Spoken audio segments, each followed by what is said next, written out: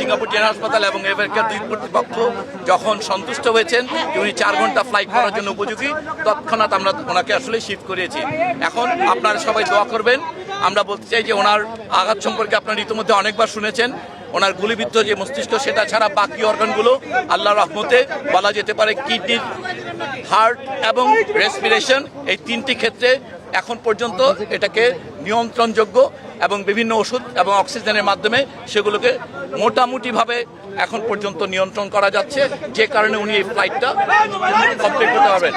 Air অ্যাম্বুলেন্সে ওনার সঙ্গে ওনার ভাই এবং ওনার ভাইয়ের বন্ধু তারা ওনার সঙ্গে গিয়েছেন। আমাদের ওই পক্ষে সিঙ্গাপুরে আমাদের হাই কমিশন এই ব্যাপারে সম্পূর্ণ অ্যালার্ট এবং সিঙ্গাপুর জেনারেল হসপিটালের সকল টিমের যারা আছেন তাদের সবার সঙ্গে কিছুক্ষণ আগে আমাদের তাদের টেলিকনফারেন্সিং হয়েছে।